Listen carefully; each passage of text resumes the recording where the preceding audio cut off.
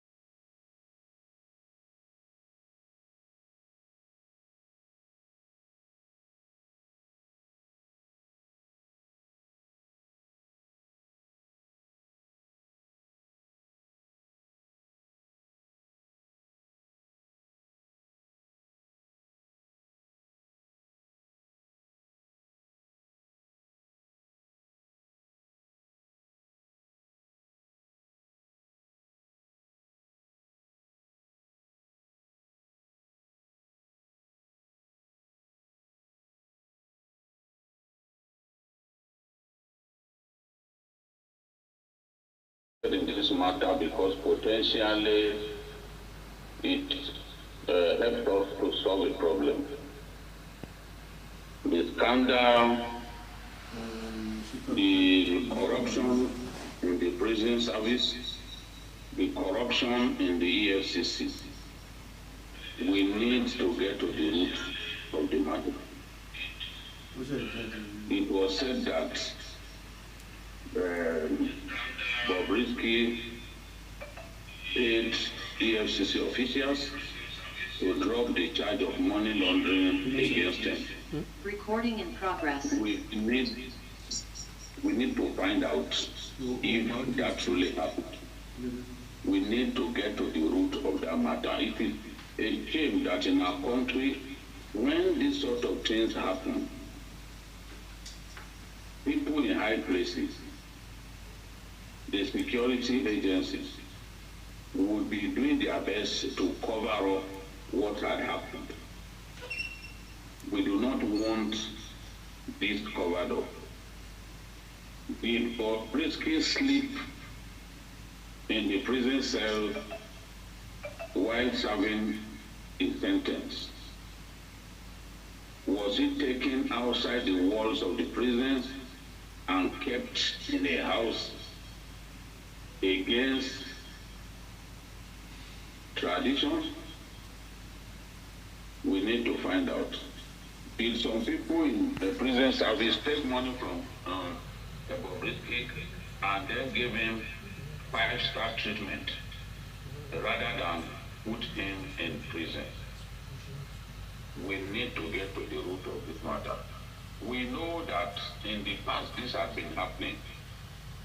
Usually, the beneficiary of lavish treatment, when he's supposed to be in prison, will not open his mouth and talk. So, because of that, many Nigerians didn't know that this was going on. In fact, it was strange to people that Bobrisky could be saying that to anybody. Bobrisky could be open his mouth to talk about how he was looked after and given the treatment meant for rock stars. The National Assembly, through the House of Reps, has begun its investigation. What usually happens is, on the first day, we see so much hoopla, so much noise. People will come to the National Assembly to come and hear what happens on that first day. After the first day, we won't hear anything. It is such a shame that this is what happens all the time in our country. Money will change hands. Investigators, whether they are lawmakers or not, will then refuse to do anything going forward. We do not want this matter to be like that. And that was why when I think the chairman of the investigative panel of the House of Reps demanded for CCTV footage to show whether Bobrisky indeed walked into a cell. I was very happy. But I know, to ask me, I know that the prison authorities will frustrate that demand. They are not going to provide video evidence. They are not going to provide CCTV evidence of Bobrisky's time in prison, or Bobrisky walking into a cell in the correctional facility. We will not see this happen. This is our country. We know that this is what happens all the time. And that is why I'm worried. That is why the matter of very dark man and Bobrisky is of interest. Because we need to know what transpired. Look at the prison official telling us Nigerians that he was not aware that he had been suspended.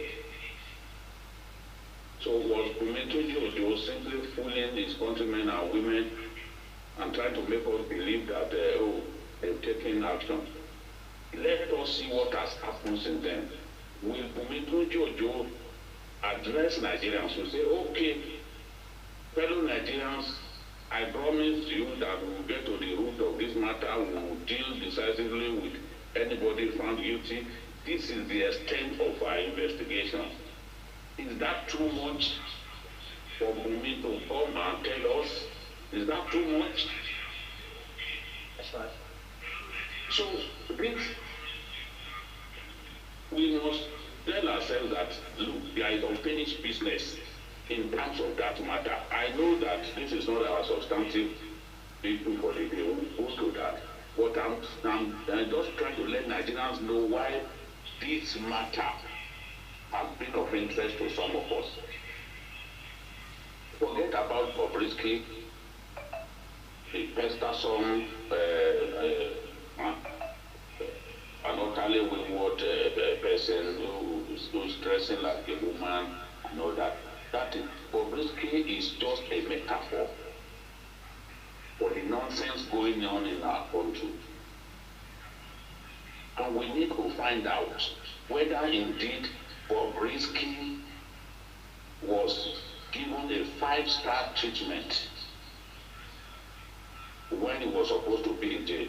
We need to find out if he was accommodated in a duplex rather than a prison cell. That has to come to light. Nigerians need to know. And Ultimatum, who as Interior Minister is in charge of our prisons, needs to tell us. If they think that Nigerians will simply forget, they will stop talking about it, it's a lie. Some of us will bring back this matter. In the same way that the EFCC got up to tell us that they were investigating Babajide back in January, up to today they've not given us the verdict. They've not told us that this is what happened. And Babajide has not been put on trial. We do not know whether the investigations indicted her, whether it makes sense to put her on trial or not. Rather, Babajide still thinks that she can become a minister when this cabinet reshuffle finally happens. Because the people who are told to investigate her have chosen to put us in the dark. They've not produced facts and figures to show us that this is the extent of their investigation. So, with this matter head in the same direction, that is the issue, that is the bone of contention. This matter, the scandal, the potential scandal, the potential smoking gun, we need to see it. Did the EFCC officials receive bribe to drop Bobrisky's money laundering charge? We need to find out. They always believe that after a few weeks now, that matter will be overtaken by events. Something else will now begin to trouble our hearts. We will forget about the matter. Nigerians owe it a duty to ask questions. The journalists worthy of their name owe it a duty to ask questions that what is happening about the investigations of prison officials in respect of Bobrisky's matter. We need to keep asking so that it doesn't get forgotten like many other matters get forgotten after a few weeks. They believe that we have a short memory. Our attention span is short. So I'm interested in knowing how the claim that the matter of his money laundering charge was dropped because money changed hands. We need to get to the root of that. We need to get to the root of the conduct of prison officials when Bobrisky was brought to the prison. Where did they put him? That's right. We need evidence to show that indeed he was lost in, he was kept in himself. And that footage, the CCTV that the House of Reps member demanded for, you must get prison officials to produce that CCTV. Except they are telling us that our prisons, especially one of the most popular prisons in our country, does not have CCTV coverage. We must demand and get a confirmation of whether indeed Bobrisky was kept in prison. That CCTV that the lawmakers for, they must produce it. And they told us they are going to punish people. But even one of the people who was supposed to be punished was saying that they have not seen any letter suspending him from work. So that is that. Coming to the main issue, for why we are here today, I have to say something, Brian. It is not everything that people say or every action that qualifies to be described as libelous. No, that's not what the law says. Bobrisky's lawyer will tell him, look, you do not have to apologize.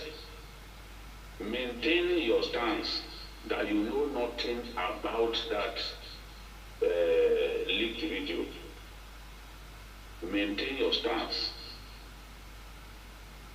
His defense will be consistent and he will say, look, I didn't know about this. I didn't know I was being recorded and I didn't tell anybody to release the voice clip, the audio clip. Now, two persons talking to one another, it is privileged communication. Those two persons talking to one another, if one of them chooses to record without the knowledge of the other party, and he goes ahead to release the audio clip from the conversations that he recorded without the knowledge of the person at the other end, you cannot, whatever that person says in that one-to-one communication cannot qualify as libel, except you can prove that he authorized the release. Except you can prove that he knew about the release. If Brian and I gossiping, or Adufe and I gossiping about the president, just two of us talking,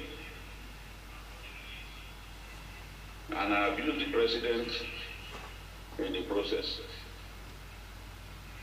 I did not know that Adufe was recording me.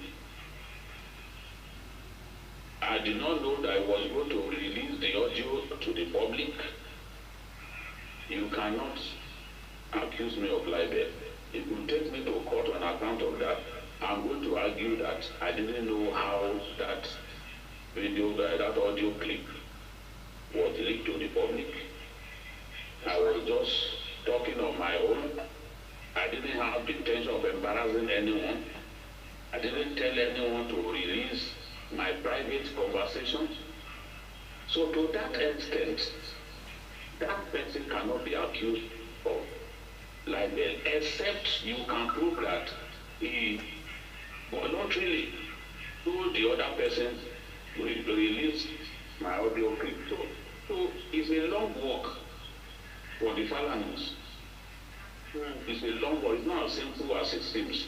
The more liable person in this matter is very that man. And I said it before on Johnny's Hangout, that very that man does not know about the law of libel. That was why he was saying, no, I wasn't the one who said those things. I wasn't.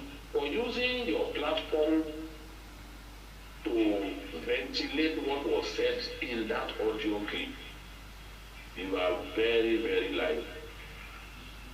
So I don't know what I don't think what Bobrisky wants to say, but Bobrisky can even argue that that was not his voice, that what happened was AI generated and all that. So the service provider may then have to come in. I can tell you it's very difficult to get the service provider to come in matters like this, but they also know that communication is by nature private. So people have tried in the past to get the service provider to release evidence or clips like this, except the police strongly make that demand. Of course, you and I know that this is a civil matter. So how do you get them to release? That is another problem. But in terms of one-to-one conversation, as I round over this, in terms of one-to-one conversation, if I did not know you were going to release the audio clip, and it got released, to my surprise, you cannot accuse me of libel. I've not libeled you. I was talking just to one person. And I imagined I was talking just to one person. Even if you want to put somebody on speaker, you need to tell that person that you are putting him on speaker. Nobody has the right to record another person without that person's consent in a telephone conversation. It's unlawful. That's right. So, if you look at Falana, he has a reputation for defending civil rights and public interest cases. Given his stature, what do you think his persistence in demanding an apology signifies? Could this case set a legal precedent for how public figures in Nigeria address defamation, or is it more of a symbolic effort to maintain social decorum? No, you see, the first and foremost, Falana is a very good lawyer when it comes to libel law.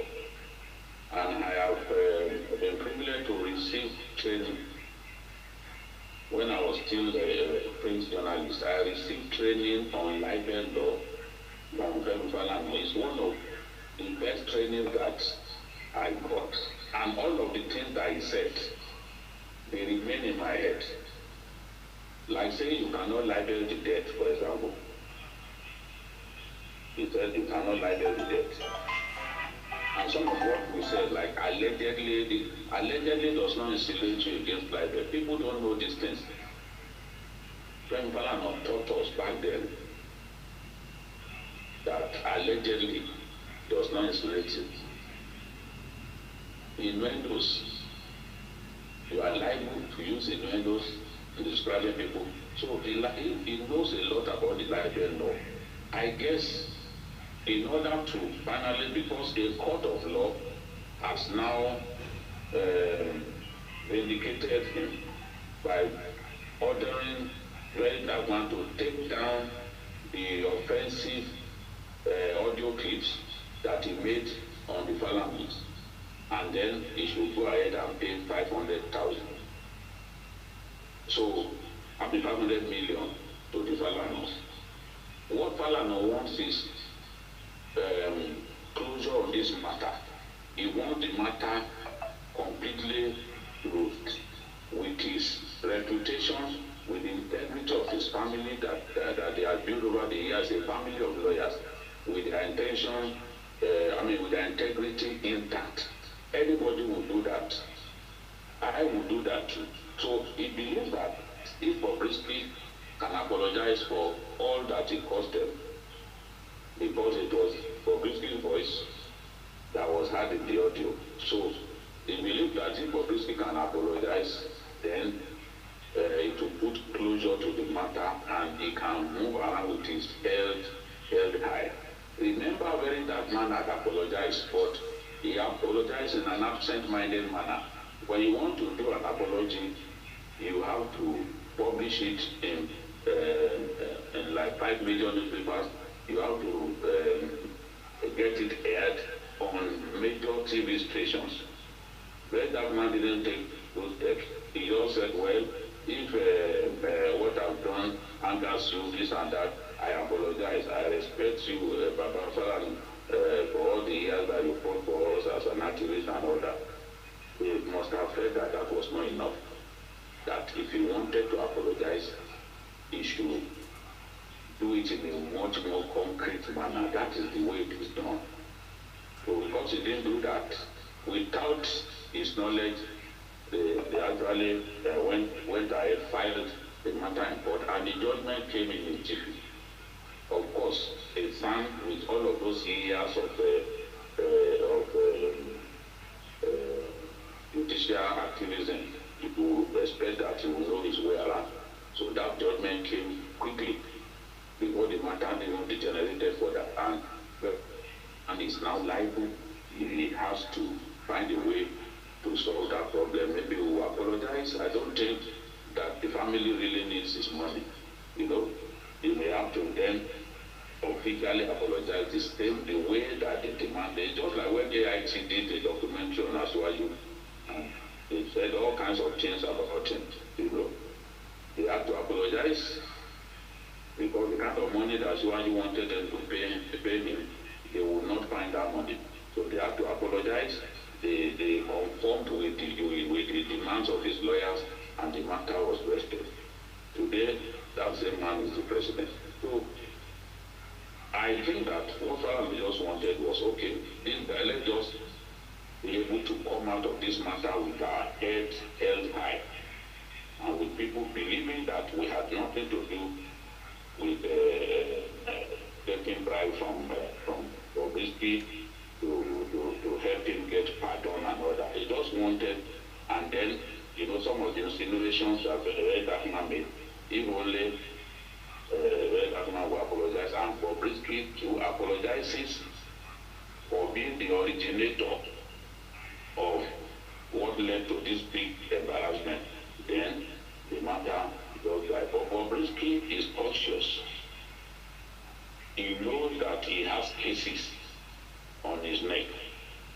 So if he apologizes to Falana, then he will have admitted that all of what is in the public domain is actually guilty of them. And you know, he's trying his best to say, no, I'm not guilty. I don't know where this audio clip came from. It is not from me. I know nothing about this conversation, this and that, this and that. He knows how difficult it is to prove that indeed he was the person at the other end.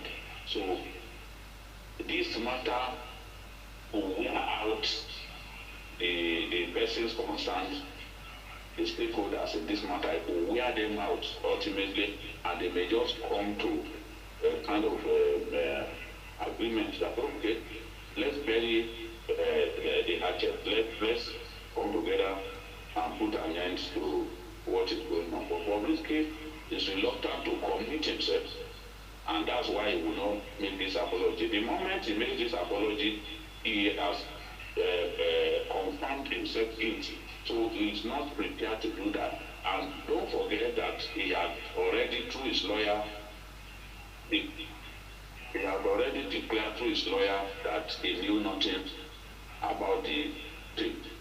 So in line with consistency, he just said, look, I do not know about this matter, so I cannot apologize over a matter that I do not know. So, about libel, it's not convinced that he has libeled anyone. And frankly, except they are able to prove that he had a hand in the release of that audio. Conversation between two individuals, you and I, Adufe and I, next thing Adufe and I, gossiping about people. And one of us started to release the audio. You cannot say I'm guilty of libel. Because I never set out to do it. Did not even know that I was being recorded. So those people will do those things in court and frankly, law is not by emotions. Judges will look at the letters of the law. Judges are people who use common sense. So at the end of the day, this is a very difficult issue to prove.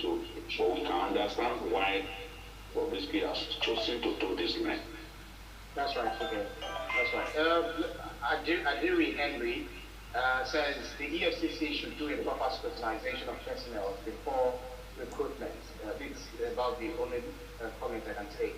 Others are not really related to this conversation. So if you want us to take a comment, make sure it is directed to the correct topic that's being reviewed. Mikhail, Bobrisky has actually built a substantial following on social media where much of this controversy is being out. How do you think the social media has amplified the situation? Do you think platforms like Instagram, Twitter, TikTok, name it, are shaping the way public figures engage with legal challenges in Nigeria? And how do you think this can signal a shift in how these battles are fought in the public eye? You know, the very dark man has changed the narrative. Many people see him as a young man unhappy with many things happening in our country, and he wants a change. He honestly wants a change. Many people, and most of the time, he gets his arguments right. For example, he wants Nigerians that Dangote will not sell cheap fuel for them. I remember listening to him, I said, oh, many times I don't agree with this guy. But on this Dangote thing, he was spot on. He was right on the money when he said, look, this guy will not sell cheap fuel.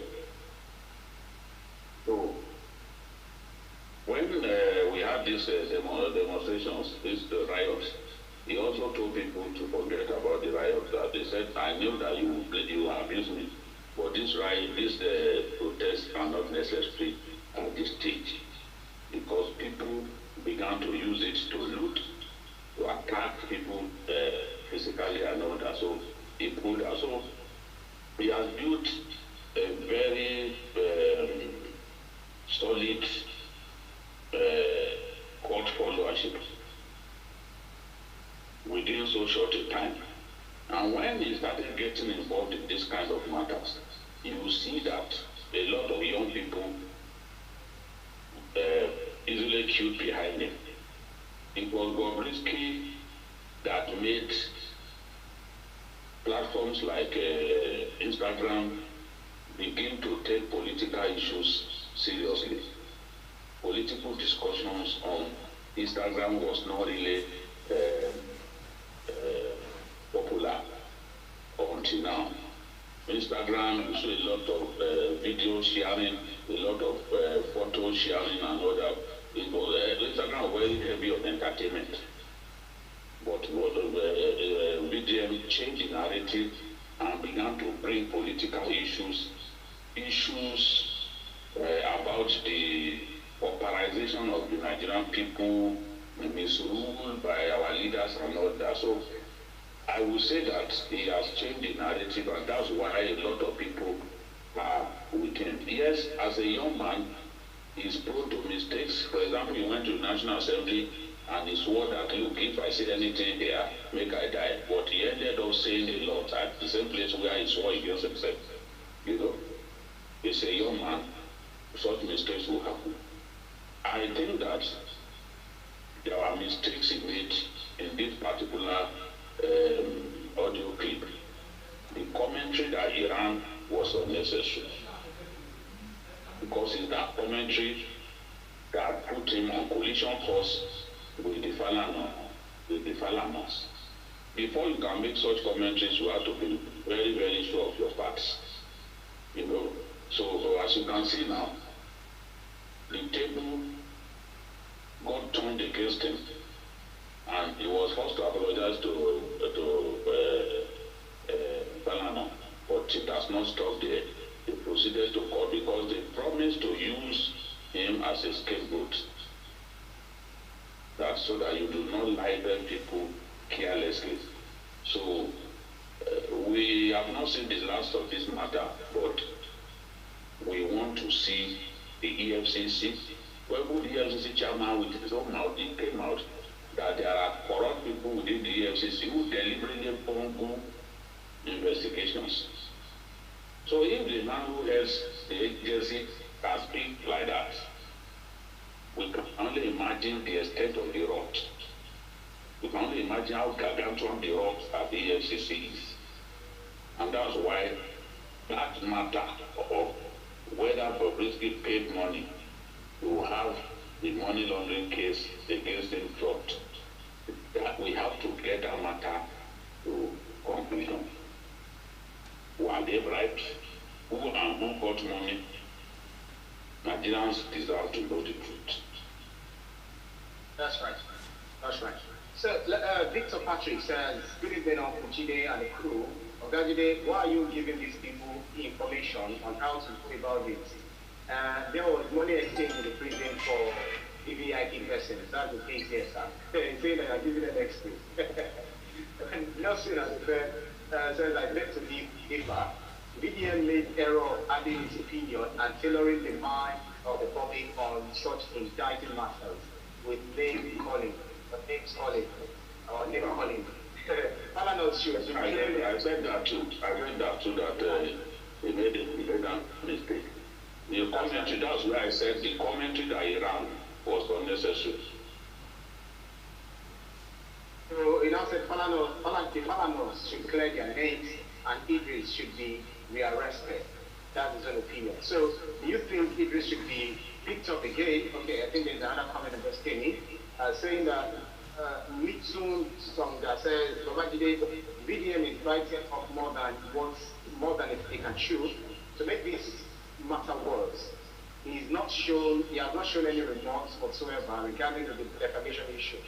He also learned the hard way. So some are saying that Bobrisky should be picked up, another person is also saying that the VDM should also be picked up. I think there's a case against the VDM in favor of the Falanos. But the question I want to ask is, why, I think you've spoken to them, I just wanted to expatiate as you give advice to every one of us, listening to your wise counsel, while freedom of expression is a right in democratic societies, it often clashes with responsibilities, particularly for public figures.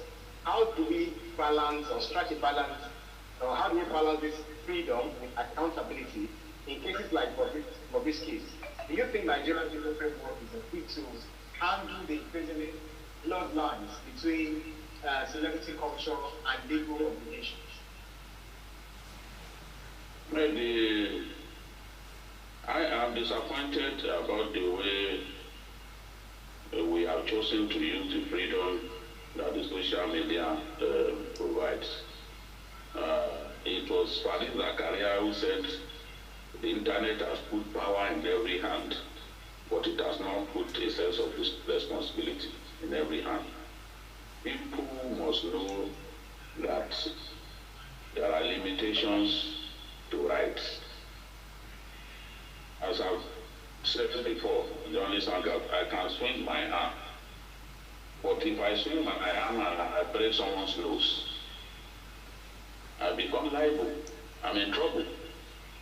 I don't tell him and say, if you just decided to break someone's nose in the course of swinging your arm, of course, they are not going to leave you alone.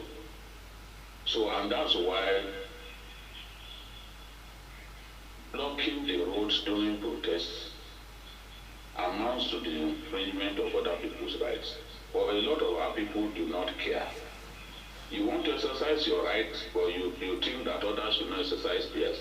You want to express your opinion, you think that others are not entitled to theirs. And when others exercise their opinion, you start calling them names, you start abusing them. A lot of the people on social media today, if our cyber crime laws are very effective, I can tell you that a lot of the people today on social media will go to jail. They will go to jail. I can tell you that for free. They will go to jail. In America, in Rwanda, the way people abuse the social media, in Nigeria, they can't do that in those countries. We will end up in jail. You can even pay with your life if you use the social media anyhow in a place like Rwanda. You know?